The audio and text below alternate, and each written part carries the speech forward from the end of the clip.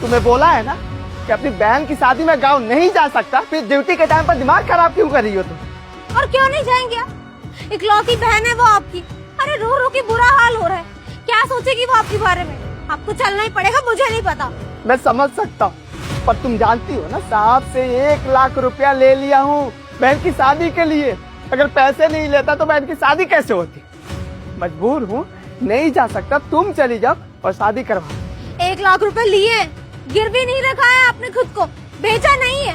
दे देंगे साहब के 1 लाख रुपए, लेकिन बहन की शादी ना एक ही बार होती है, और आपकी छोटी बहन की बहुत अरमान है, आपको चलना ही पड़ेगा। आप साहब से बात कीजिए। कैसे बात करूं?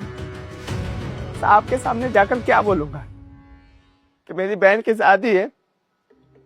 किस मुंह से बोलूंगा? जब पैसे मांगने गया था मुंह फाड़ कर बोला था कि साहब जी 1 लाख रुपया दे दीजिए, एक बार भी नहीं पूछे थे और मुझे पैसे दे दिए। यहाँ पर काम करूंगा तभी तो पैसे चुका पाऊंगा ना। नहीं जा सकता, बात भी नहीं कर सकता। तुम अकेली चली जाओ, घर की बड़ी बहू हो ना, सब कुछ संभाल लेना। माँ बाबूजी है ना, बहन की शादी हो जाएगी। हाँ, वो झुमका खरीदा हूँ बहन के लिए, वो भी लेके चले जाना, बहुत खुश हो जाएगी। ठीक है, तुम जाओ। ऐसा नहीं होता है, सबकी जिम्मेदारियां होती है, भाई की जिम्मेदारियां होती है, वो आपकी जिम्मेदारी ना आप ही पूरी कर सकते हैं, कोई और नहीं। अरे तुम समझ क्यों नहीं रही हो? तुम दोनों। नमस्ते सर। क्या लगा रखा है यहाँ पर तुमने?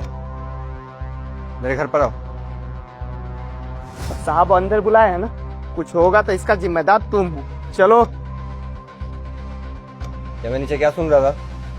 तुम क्या बोल रही थी इसको कि ये गांव जाएगा छुट्टी लेकर? तुम्हारी हिम्मत कैसे हुई बात बोलने की? साहब जी माफ कर दीजिए, हम नहीं जाएंगे। वही इसको समझा रहे थे, हम नहीं जाएंगे, यहीं पर काम करेंगे साहब जी। तो पहले मुझे एक बात बता, तूने कुछ टाइम पहले मुझसे 1 लाख रुपए लिए थे, क्या मैंने तुझे पैसे देने में नानुकड़ करी? तेरे बोलते तुझे पैसे दिए ना मैंने? दिए तो साहब। तो फिर अब जब तेरी बहन की शादी है, तूने कैसे सोच लिया कि मैं तुझे जाने से मना कर दूंगा?